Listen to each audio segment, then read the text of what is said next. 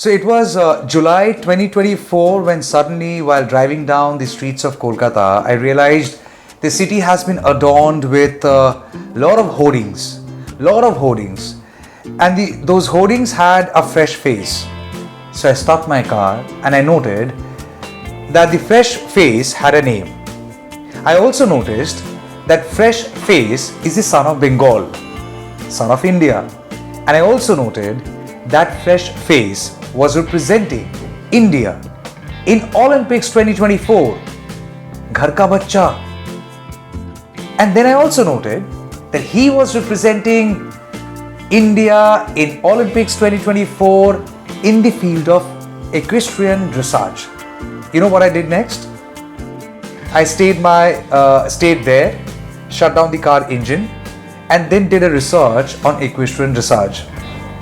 That talks volumes about our knowledge about a sport which is global and has also earned India recognition globally. It is an honor to have Mr. Anush Agarwalla in this very entity podcast to celebrate the journey of an individual from this city of Kolkata to Paris Olympic 2024, and make no mistake, the global recognition had started coming much before that. We will just not talk about sports, Anush. We're going to talk much more about that, much more about your life. How are you? I'm great. How are you been? I am all good. So you live in Calcutta or you stay outside? No, I'm based in Germany with my coach, Mr. Schmidt, since almost 8 years now. So I visit Calcutta, like once or twice a year for a few days, just to visit family, visit some friends, take some time off. So, but I'm based out of Germany. Do you still have your Indian passport? Yes, I have my Indian passport. I'm actually very proud of it. I will keep it forever. Fantastic. So you represented India in equestrian dressage in Olympic 2024. Was this the first time the nation was represented in this sport in Olympics? Yes, this was the first ever time that India qualified for an Olympic Games in the sport of dressage. We've been represented in the past in the show, in the eventing category by Mr. Fawad Mirza. But in dressage, this was the first ever time, yes. How old are you, Anush, if I may ask? I'm 25. You're just 25? Yeah. Is it overwhelming to be representing India and that too in a global platform like this? I mean, for sure it is overwhelming, but at the same time, I mean, this is something that I worked for since a very young age. This is something that I always dreamed of. And now that, let's say, I'm lucky to be in this position, what I basically always wanted, I'm overwhelmed, but I'm also very, very proud, and I also see it as a great responsibility. I see it that I have a great platform, let's say, to bring about certain changes. And if down the line I'm remembered as somebody who started the development process of Indian dressage, I mean, there's nothing better than that, right? One thing I want to add, I think what needs to be added there as well is that only I didn't represent India, my horse Sir Caramello OLD as well. So I think the title should go Sir Caramello OLD and Anush Agarwalla represented India. So Sir Caramello is the name of the horse? Yes. Like you have a name, like I have a name, he has a name, the horse too has a name, and it is like respect. You give respect. You don't just treat an animal like an animal, you treat your animal like a family, right? For sure. I mean, this sport, like it might be, let's say, an individual sport, but it is very much a team sport. You have to be a team with your horse, in this case Sir Caramello. And I mean, without the horse I am nothing. He tried his heart out for me. He took me to the world stage, that is Olympics. He took me there, he helped me out. I mean, of course I need to be a good rider, but without a good horse you are nothing in the sport. And I'm more than grateful to my horse for everything that he's done for me. Has your horse become as Indian as you, or has your horse made you a German? No, I mean, I think we're somewhere in the middle, both of us. So, I mean, I think it'll take some time until, let's say, he starts dancing to Bollywood music. Because I have, let's say, more accustomed to using German words to make him understand. Okay. But we have a great understanding. I mean, he takes great care of me. I think he's taught me a lot. For sure, he's taught me a lot to develop my equestrian abilities, but more than that, he's taught me a lot about life in general, because I mean, yeah, he just showed me that if you dream something and if you work hard towards it, the world has no limits. You know, you can achieve whatever you want. In this case, which was the Olympic Games. And he also showed me that, love and kindness goes a long way. I mean, I was kind to him, I took care of him as a sign of respect, and he took care of me as a sign of respect, in the sense he gave his best for me and took me to the world stage. And I mean, that love was never lost, it only grew. We experienced so many things, especially me being very unexperienced and at such a young age. So he's very special to me, and he'll always be. To be very honest, when we were actually talking about Caramello, Sir Caramello, I was trying to imagine, and it's weird. I could only picture a human being. The way you defined, it didn't occur to me that you're talking about an animal.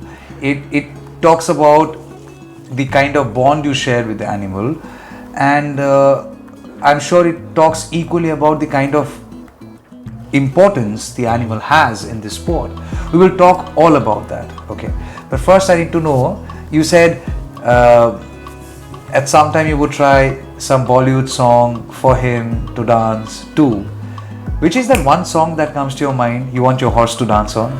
I mean, we did make we have a freestyle, like a freestyle to music is a very important part of the competition program. And I mean, I did use Bollywood music because, I mean, nobody had ever used Bollywood music in this sport for the freestyle, because nobody from India had represented, this sport at such a huge Which level. song? So I used Jai Ho by Mr. A.R. Rahman. Okay. And I actually I got the bronze medal at the Asian Games riding to this music. On this music? Yes. So you were riding on Sir Caramello on this music? Yes, I was riding actually on Athro at the Asian Games. But Athro is another horse? Athro is another horse. Okay, so audience should not confuse. No, Athro was my horse for the Asian Games and my future Olympic horse, and Caramello was my horse for the Olympic Games, in Paris. Okay. So and actually, to be honest, all the judges, all the audience, I've used it at previous shows as well to practice. They all said, Anush, wow, what an idea! Everybody loved the music. I think it's a very powerful song, and the song Jai Ho, it was known by everyone. I mean, it's a world famous song. So it just clicked perfectly, and I think we also created a small bit of history in that way, in bringing Indian culture, taking it global. I know Jai Ho represents just not patriotism, it also reflects a slice of India. Yes. And even though it's not a Bollywood song, it was from Slumdog Millionaire, and that is not a Bollywood movie, but nonetheless composed by A.R. Rahman, our very legend Indian. And this song has a special place. So obviously, but on a lighter note, if today I ask you to choose a song, just random, a song that you would just play before your horse, and I don't know whether you can do a ballet with your horse or you can just sit and watch him dance, which song will it be? Bollywood music, I mean, there's a lot of stuff coming out now, especially I'm a huge fan of hip hop. Okay. So, something, let's say from that thing, something like an AP Dillon music, something like, Dil Nu or something like that. I just love it. I just love the song. It's a very gentle song because, horses are gentle animals. Okay. So I think it's a great song, and I would love to see my horse. How many times have you fallen from the horse? Too many, more than I can count. Okay. And what was the experience like? Like falling, knowing that I'm about to break my bum? I mean, like there's a saying in horse riding, you only learn as much as you fall. So, I mean, you fall from the horse. If you are, let's say a runner, you do track and field, you slip and fall for sure. I mean, there's like football, you slip, you fall. So it's a part of the sport, and you learn from it. But I mean, the first feeling is always, oh shit, I'm gonna fall. You know that second before you're going to fall, and that's worse than the fall, because like you cannot do anything. Your body weight has already started going down, and you're going to fall. And this anticipation of how much it will hurt, that's the worst. That's worse than the fall usually. After you have fallen, did your horse give you a very weird look, an innocent one? That look, boss, I didn't. Yeah. I mean, my horse always looks innocent. Me like, what are you doing there? Like, Why did you fall? Why did you fall? I mean, I didn't even do anything. so yeah, I mean, then you get back up and then you go on. That's how it works. So, yeah. Okay. But are they naughty by nature? Are they, what is that other word? Naughty? Mischievous. Mischievous? Are they mischievous? Look, Do they play with their masters? 100%. And I mean, horses are just like people. Okay. So you have, like, let's say you have children. Like some children, they are more obedient, like, a little bit more low-key. Then you have some children who are more outgoing, more social, a little more mischievous, let's say in school. There are some which, go to school, come back, everything perfect. And then there are others, backbenchers basically. So horses are exactly like that. I mean, the thing is, the better the horse gets, the more difficult the horse gets. And I'm not talking about a horse can be obedient, but still difficult. Let's say, for example, with my horse Sir Caramello, who went to the Olympic Games, it took a lot of time for him to get to trust me. That's just his personality. Like, you also have some kind of people who are, let's say, like introverts. They don't like to socialize that much, and it takes much longer with these kind of people, so that they open up to you, that they express their emotion. And Sir Caramello was a similar case. I mean, it took 1 year where I could really had the feeling, okay, I think I really understand him now. It took a long time, but that's how it goes. Okay. We will be using some inserts to this conversation, if that's okay. We'll try and take some pictures from your Instagram. Sure. Yeah, because I think it's very important for the audience. Generally, you don't do that in podcasts, but we will do that because I want people to not imagine something that we get to see on a beach, but to imagine Sir Caramello as Sir Caramello is, or Ethro as how Ethro is. I mean, these are stories. I guess half of India hasn't heard of, because you ask people in Kolkata, in Bengal, or even in Bhubaneswar, in Orissa, or any place where there is a beach, the memory of a horse would be a horse on the beach, a child having a happy ride. My ride was only once in a life ride, because I fell and I fell hard and I said baap re baap or kabhi nahi. But thank God I fell on a beach, otherwise I would have broken several bones of mine. So if that is the memory of a horse of larger India, I think they would find these stories fascinating. So horses have always been a part of our culture, since we have such a rich history with palaces, with kingdoms, with kings, princes riding on horses, and somehow the sport did not really develop, especially if you compare it with the likes of a cricket, but I have to say, whenever people got to know about me because of Asian Games, because of Olympic Games, and they reached out to me on conversations, like for example our conversation now, people are very fascinated when I tell them, oh my God, this, stuff like that you don't see in India. This too happens. Yeah, exactly. So when you left for Germany, is it because there were not great infrastructure in India? I think that to develop something, you need it's the whole process. It's a circle. Just by developing, let's say, if you get good horses, you need good riders, you need good coaches. Then if you get all of these things, you need good conditions to train. You cannot just go on a sand paddock and train. You need the proper footing, for example. If all of this works, then you need your top medical opportunities for the horses. If all of that is there, then you need good competition. And for that, only, like, let's say if 100 people are riding, let's say 2 or 3 will be really good competition. And that's what we are lacking at the moment. And that is something that's a structural change. That does not happen overnight. That will take time. Well, every structure that you're talking about, every structural change that you're talking about, I believe that cycle begins with one dot, and the dot is the right intent. Do you think India has the right intent to invest after a sport of this kind? I think so. I don't only think so, I know so. And I think the intent is there. But like I said, Rome was not built in a day. I mean, these things take time. Especially being in the sport, I'm in the sport since almost 8 years, and only 7 years after really start training, I tasted success at the Olympic Games. So it takes time. I mean, like anything in life, I mean, you don't get success immediately, otherwise everything would be very easy. But I'm really interested in knowing about the fact when you say what you just said, Anush. It is largely the emotional side that people are reaching out to you, people are inquiring about you, people are keen on knowing about your journey. But then they are all emotion. There is a difference between emotion and intention. Do you think the emotion can overpower every other intention and compel a system? I mean, look, I think first you get emotion, after that you get intention. So I mean, it's at least that first step has come, which was not there for a long, long time. Okay. And I mean, what happens, after this, that is not under my control. I can produce an emotion. I cannot force anybody, nor do I want to. Okay. Let's say people have to want themselves. Let's say, especially at this level, it has to come within you. You have to have that fire. You go to bed every night and the only focus is I want to wake up tomorrow morning and train my best. Only if you have that within you, and not only for, let's say, for 6 months, everybody can train, work hard, everything, not a problem.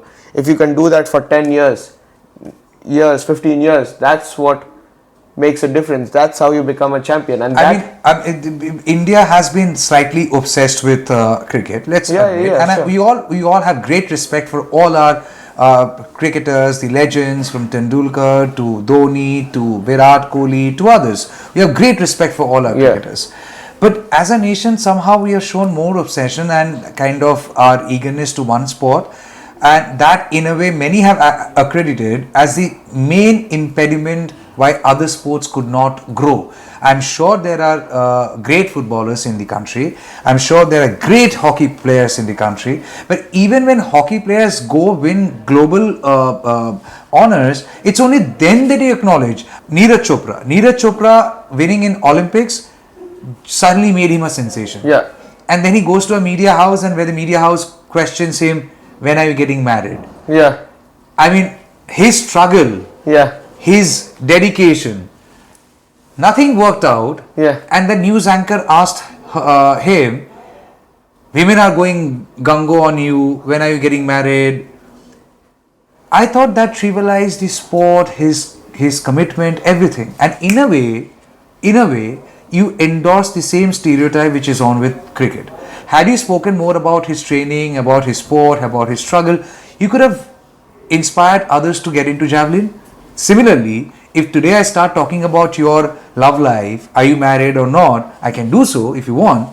But the fact is, people would know more about you and less about the sport. Yeah. Does it do good to the sport?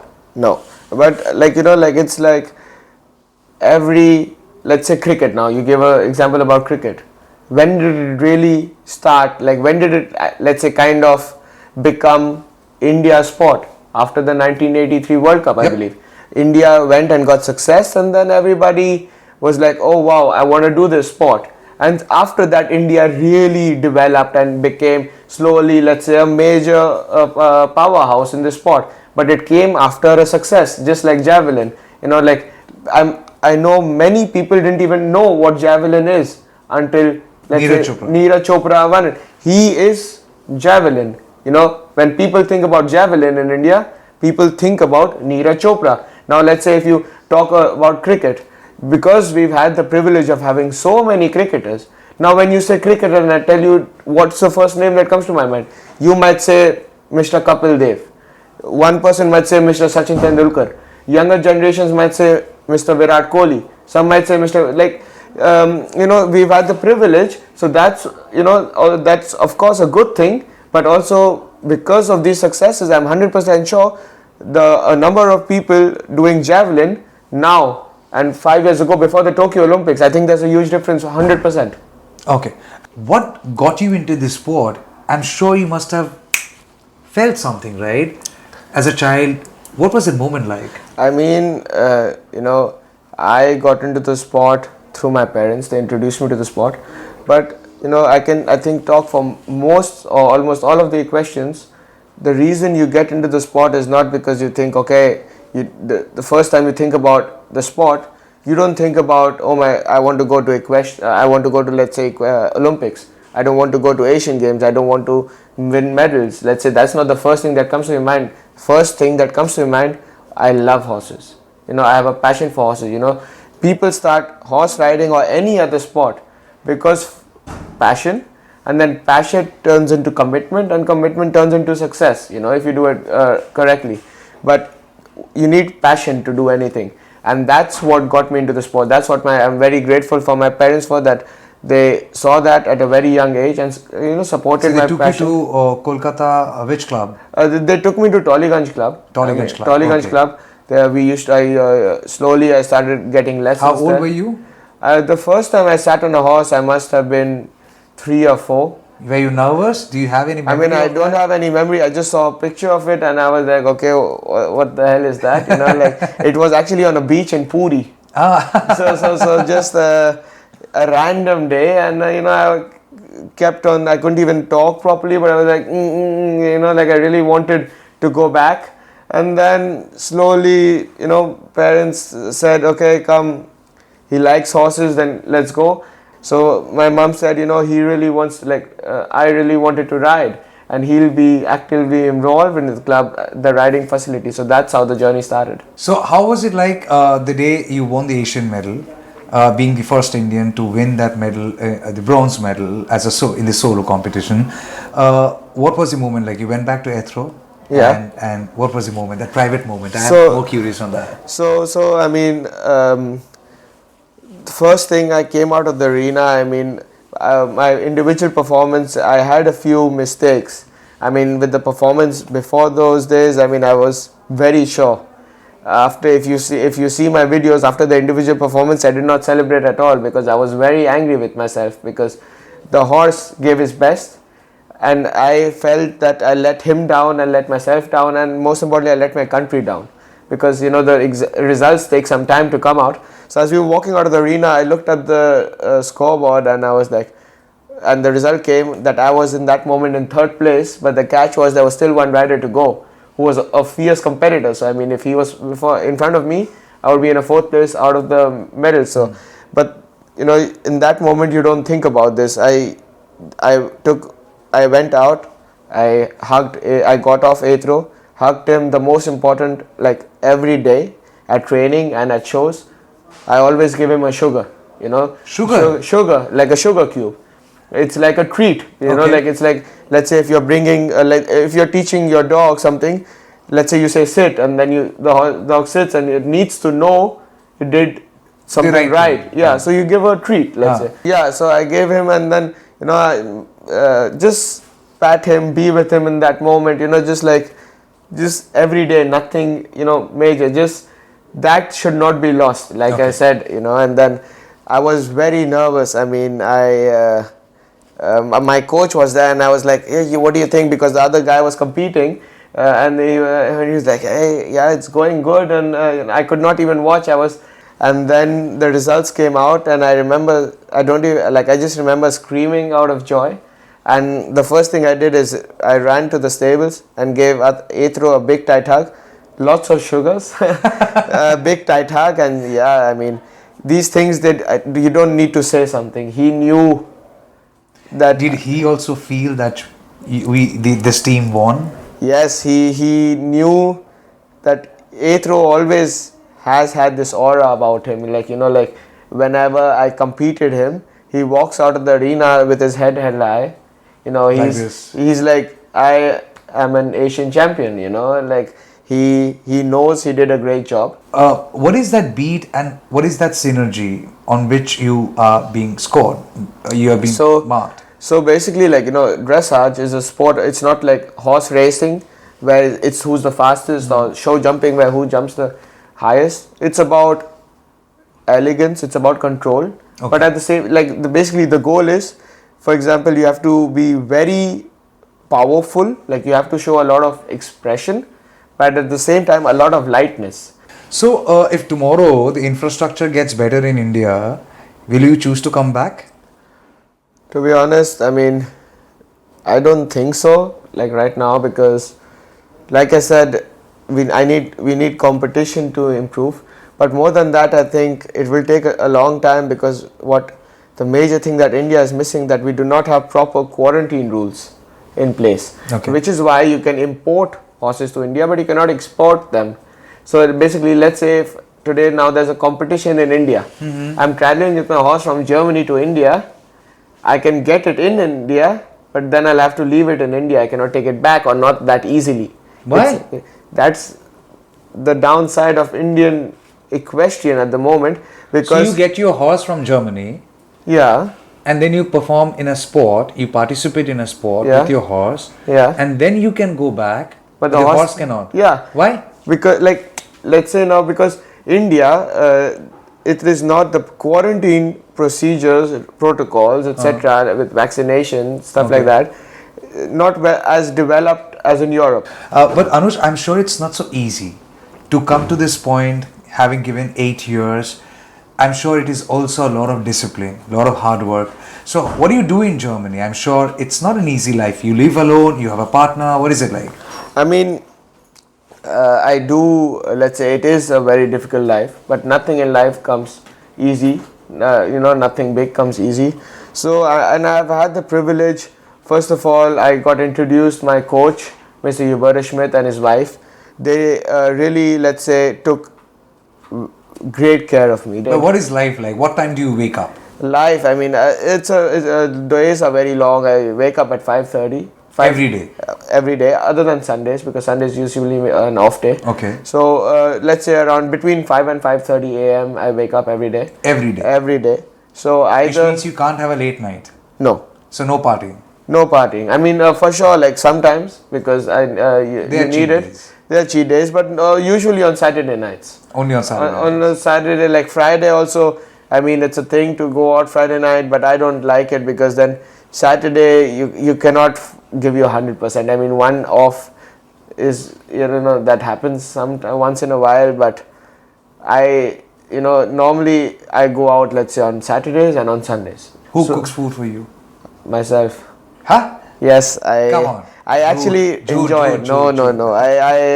I mean, I might not look like somebody who can cook, but I can cook. I mean, I like my food. Okay. And I've been told by my friends that they like my food too. They might be lying to me, but they come. Are they mostly boiled food? Yeah, I mean, it's good. Like, I make dal and all for my friends. Okay. Like Indian dal, and they love it. I take and you dal give from desi here. tadka.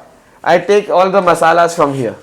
Every time I come to India, I take my masalas from here. Okay. I want to cook something, whatever. I follow, let's say on Instagram, for example, a lot of accounts which are like food bloggers, like they post recipes, and I would look at something. I mean, that might look good. That might taste good. I might do that. But normally, whenever I try something new, the first time it never tastes good.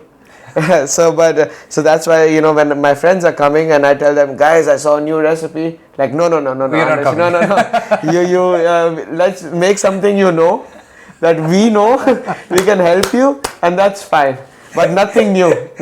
So you have made them half Indian, like dal. Yeah, chawal, they love. We go for Indian food to restaurants, and I told them, look, Indian food and restaurants, that's like kali dal and all. That's different. You come to my home, I'll make you home cooked food. Like yellow dal. Like I can't make much. I can make yellow dal.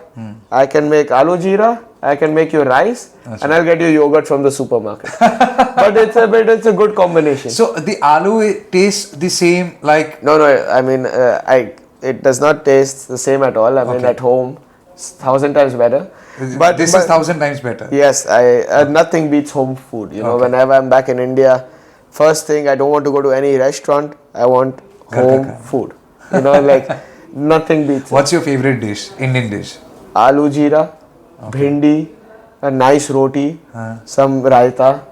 Perfect. Okay, and you don't get bhindi in Germany? No, we do. It's called okra, but not that often. Only in restaurants. You cannot buy it as an ingredient. At least I've not seen it. Not in the supermarket? Not in supermarket. So what are the Indian vegetables you find in supermarket?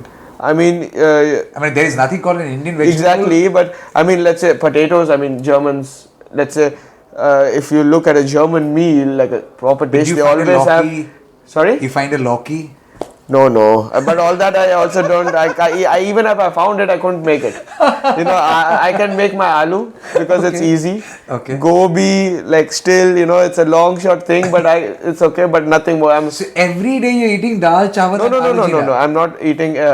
Like I make it a point to eat dal at least for 2 or 3 days. I do batch cooking. Okay. So like these things like dal, aloo, you have to it takes time. So I make bigger quantities and I eat it the next day as well to save मैंने time. बासी खाना. No, it's proper food, yeah. I know, but then you know how the concept is, right? If you cook something today and if you have it tomorrow, like it goes basi by tomorrow. No. You believe in such things? No, I don't. I mean, they're all bullshit. Don't tell me this, please, because I'm going back tonight. But I mean, actually, I feel that it tastes better the next day. I mean, I like some people say cold pizza is better than hot pizza. Yeah. I hate that. I need my pizza warm. Okay. But I mean, I actually think it tastes better the next day. I mean, I would have loved to have fresh food every day, but it's just not possible also. I love basi khichdi. Nothing beats it. Cold basi khichdi, and because I also live alone. Yeah. So I stock it up. Yeah. You can't really make this much of khichdi. Exactly. Yeah. You can't make this much. So it invariably ends up like this. Yeah. And I would have this much. Yeah. So rest goes inside the fridge. Yeah. And I think it's conditioning.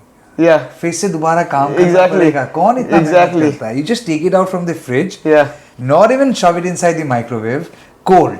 No. I need I need warm food. How often do you pick up the phone and call up Mama, I need this recipe? A lot because I tell her, Mom, I feel like eating something along these lines. You find a recipe and send it to me. But also when my mom comes, my mom cooks quite well. So when my mom comes, she also shows me new recipes. Okay. And then I try to, let's say, kind of make it, and when I'm back home, our home cook. I'm sure your friends drop in more when ma'am is there. No, that's not true. I mean, my friends love my mom's food, but they actually, my friends cannot cook at all. So I mean, I told them, look, they cannot tell me much because they cannot. How do they see, I'm sure their introduction to India and Indian has also happened through you. Yes. How do they look at India now as, I mean, what is their idea of India? I mean, it's very funny because if you look at, if a foreigner looks at India, they think about, okay, there must be cows on the streets, there must be, let's say, stuff like that, a lot of traffic, which is true. I mean, you do sometimes find cows on the street. But that's okay. I mean, that's part of India. That's part of India, boss. I'm sure there is also a better part of India that they choose not to show. Exactly. And I'm not saying, I'm not encouraging cows to kind of take over the traffic of a city, but they being there is not a discredit to my existence. I'm not even saying it in a negative way, neither are they. But every country has something. Let's say cows on the streets, cows are holy, cows are a part of India. There's nothing wrong in it. And every country you go, there's something different. For example, but all my friends tell me the whole time that they really want to come visit. You just have to find, the proper dates for that to happen. But a lot of them, I mean, India, it's such a rich country, so much to offer. And, if they think that, look, we'll go with there and then we'll drive there, and 5 days whole India I've seen at least, no. That's not how India is, huge. I mean, India is, you cannot drive from India to Delhi, it takes time. You cannot, you cannot drive, I mean, from Kolkata to Delhi, and you cannot drive. And then I said, look, we'll do, let's say, take a week, let's go, come obviously to Kolkata, meet my friends, my house, see my house here and all. Then we'll go to something like a Rajasthan, Rajasthan, it's lovely. They'll love it, Udaipur, Jodhpur, Jaipur, rich history. So yeah. What is your favorite memory of Calcutta? My favorite memory of Calcutta, I think, a lot of things. I mean, first of all, of course, my family. Second of all the memories I've created at school, with my friends. So you can speak a few words in Bangla? No, not really. I mean, funnily, Bengali was actually the only exam I ever failed in school. So I mean, I don't even remember. That was very embarrassing. Which class? I think we had to take up Bengali for class 6. Third language. Yeah, third language for 2 years or something. And I failed one of the exams. So you can't utter a single. No. I understand Bengali because it's very similar to Hindi. I can speak, but not well. But you'll understand what I mean. But I can't write it. So, তুমি কখনো ফুচকা খেয়েছো রাস্তায়? I don't know. What did I say? if I have ever had puchka on the streets. Okay. Like, because these are it has a huge resemblance to the Hindi language. Okay, haan. So like I can understand almost everything, actually everything, but I cannot speak at all. So from 4-5 days, like Monday to Saturday, you don't drink, Yeah. you don't smoke, and then when you doing this rigorous training every day, Yeah. it also takes away from you a part of you, like which could otherwise just go hang around with friends and enjoy. Is it that easy? No, I mean it's not easy, but at the same time, I know what my goals are. And What is your goal? My goal is very simple: Olympics. I want a medal, and not only It's a medal. in LA, right? Next is 2028. Yes. 28. And not only Olympic medal. I want to make India a powerhouse in the sport. I want to make a change. I want that when people think about India in equestrian, they think, oh my God, they are crazy, they're good, like now people think about Indian cricket, like whenever there's, let's say, a cricket series and people see India is playing, they might, well, the winner already, or, I want that kind of reputation for India to have in this sport. And it's possible, but it takes a lot of sacrifice. But to be honest, I'm very, very, let's say, I don't miss that much. I mean, I just saw this Olympic rings on your hand. Yes, I mean, this is something This is for 2024. I just got this done like 6 months ago. So in 2028, now that you plan to script your own history and future, and I'm sure you would win.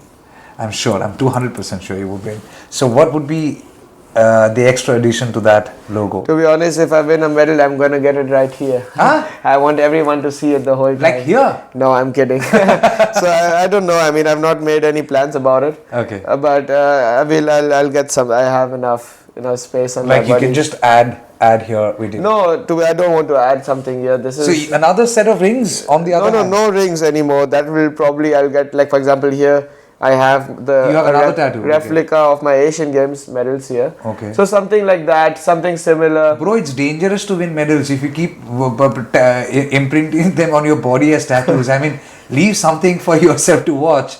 Yes, I mean, but these are things. I have a vision board at home. So on my vision board, these tattoos were there. So now it's not there anymore. Okay. Because I've gotten them. Now the vision board is for the future goals. So I don't have, I've kept a space.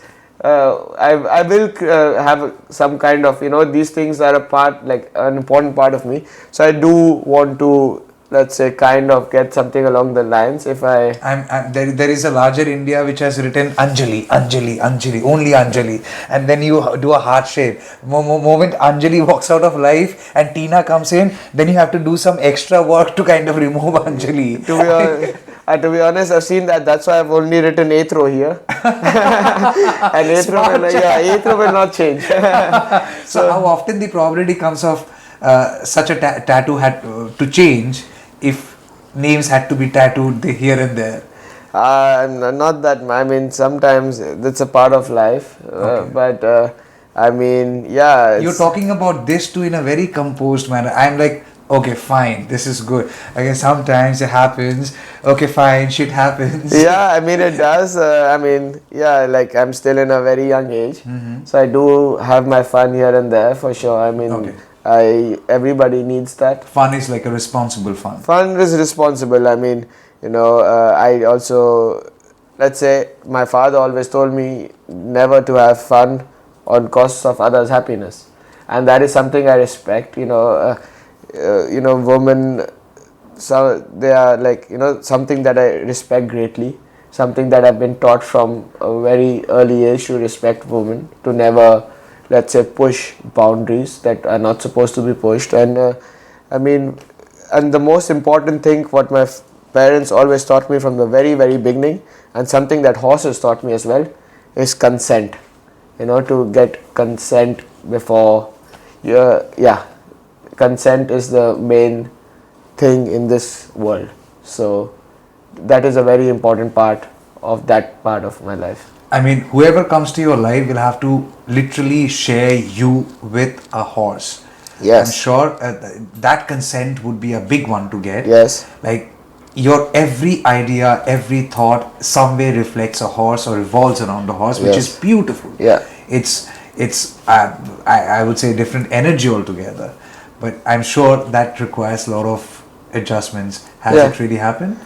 I mean, yes and no. I mean, like I'm not 100% sure right now. I mean, I will answer that question, let's say a few years down the line. Don't worry, somebody doing a movie on you, a Bollywood director would only make a movie like Anush ki patni or wo. Yeah. No, I mean, it should And the be. poster, do you imagine the poster would have the face of Ethro Yes. and also Sir Caramello? Yes, and I just wanted to say that instead of Patni, they should have Anush ki Ghora and wo. Very well said. So, and that will be a poster I'll love. I'll probably frame it in front on top of my bedroom, and that's something I'll cherish. You get to watch movies, Hindi movies? Yes, I love that. Sometimes I do feel homesick, so I love to watch Hindi movies, Hindi TV shows, etc. Somehow I feel like kind of at home because Who is your favorite actor? my favorite Bollywood actor, the one and only Shah Rukh Khan. I'm a huge fan of him. I just, just his aura. I mean, just something you cannot beat. And the respect, he has earned it. He's not demanded it, not bought it. He's earned it, and he's just someone I look up to. I love everything about him. I love watching his interviews. I love his mindset. How he came from nothing, and he is the king now of Bollywood, and even to a certain extent of Hollywood as well. And the best thing is, when Shah Rukh Khan talks, he never has to take refuge of any crappy joke, Yeah. crash talks, nothing. Yeah. He talks sensible, Yeah. and at the same time, they all have matter. Yeah, I love the way he talks. I think that also sets him apart. What I've never had the privilege of meeting him. I think And he also, your conversation reminds me the kind of respect he shows to a woman. exactly, yes. For example, he one thing I see a lot of interviews about him, and people asked him because he's famous for staying up the whole night. He always goes to bed, I believe, at 5 or 6 in the morning. And he says that when my kids are my best friends at night because his children, I believe, they studied in LA, in New York, etc. So when at night it was daytime there, so he used to call them. And when they were at home, he would message them to ask them if they are still awake because he respects their private space a lot. And that's just when you hear that, you're like, wow, like it's a great thing to say. Like also one very fun, like he cracks a lot of jokes, but he does it in such a charismatic manner that I would say not at the cost of someone else's dignity. never ever. For example, he's very witty, but like I said, he's charismatic. Like I mean, you want to crack a joke, you can do that, but without insulting the other person's mother or Exactly. sister or father or brother. And I say that very consciously, Anush, as we end this conversation. There is a larger debate going on about how language had seen so much of decadence over the years, and especially on digital space. just because you use a few slangs here and there, it's not cool, or it does not make the conversation better or worse. I mean, it depends on how you say it. I mean, if I say that, it just depends on the whole conversation and the context. I mean, there are some words you can use in a casual setting with your close friends, but you cannot use it in in like a setting like this, or like something not somebody like a Shah Rukh Khan would say in an interview or whatever. And then if you look at, for example, his interviews, he never uses any profane language, he's not trying to be cool by showing disrespect to somebody, because it's just not cool. It's not. I think the best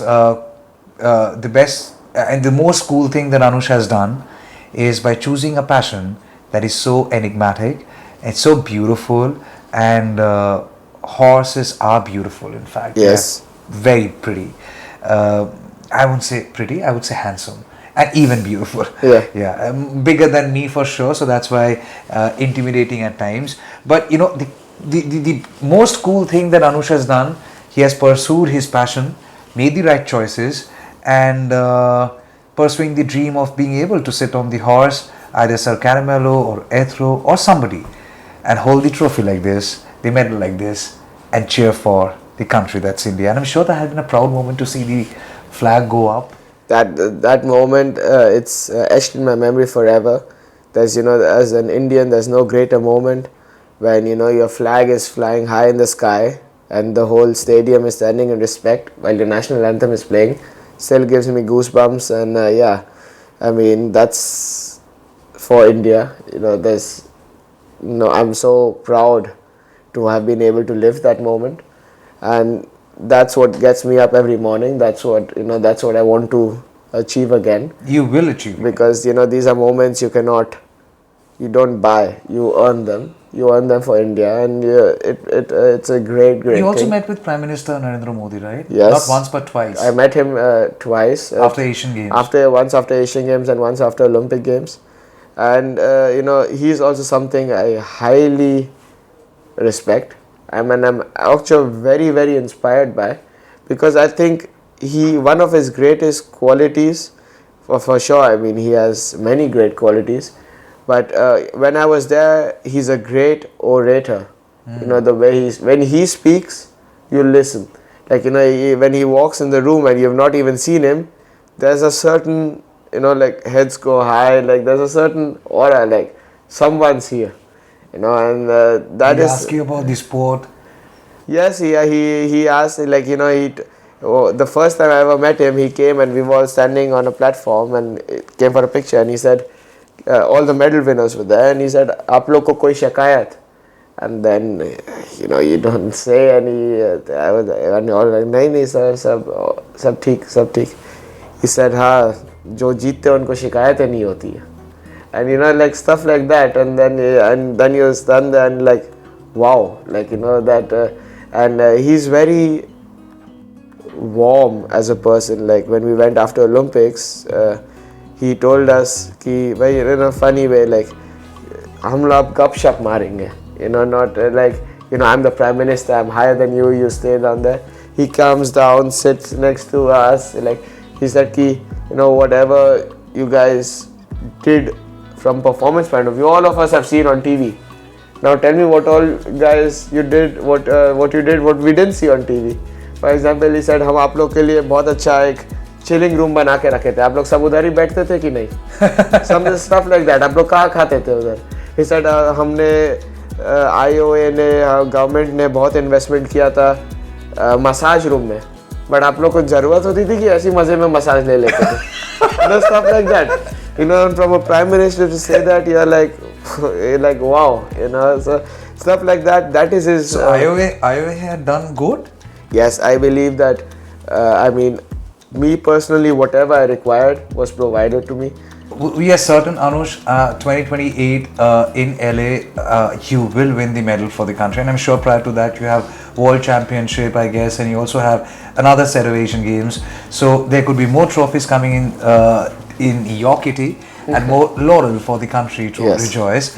We wish you good luck, and Jhanda Ucha Rahe Hamara. Exactly. On that note, we end this podcast, and Anush घर का बच्चा है, Anush India का बच्चा है, and Germany में है, but फिर भी दिल है हिंदुस्तानी. Exactly. और हमेशा रहेगा, right? Always. On that note, I wish you good luck. Thank you. Also do share your diet. Thank you. Yes. Do share your diet. My diet? No, not now. Do share your diet in private. Okay. I have to make certain changes Okay. for core stability. It's time to wrap up because he has a flight to catch. Thank you so much. Thank you. Take care. Thank you. Thank you.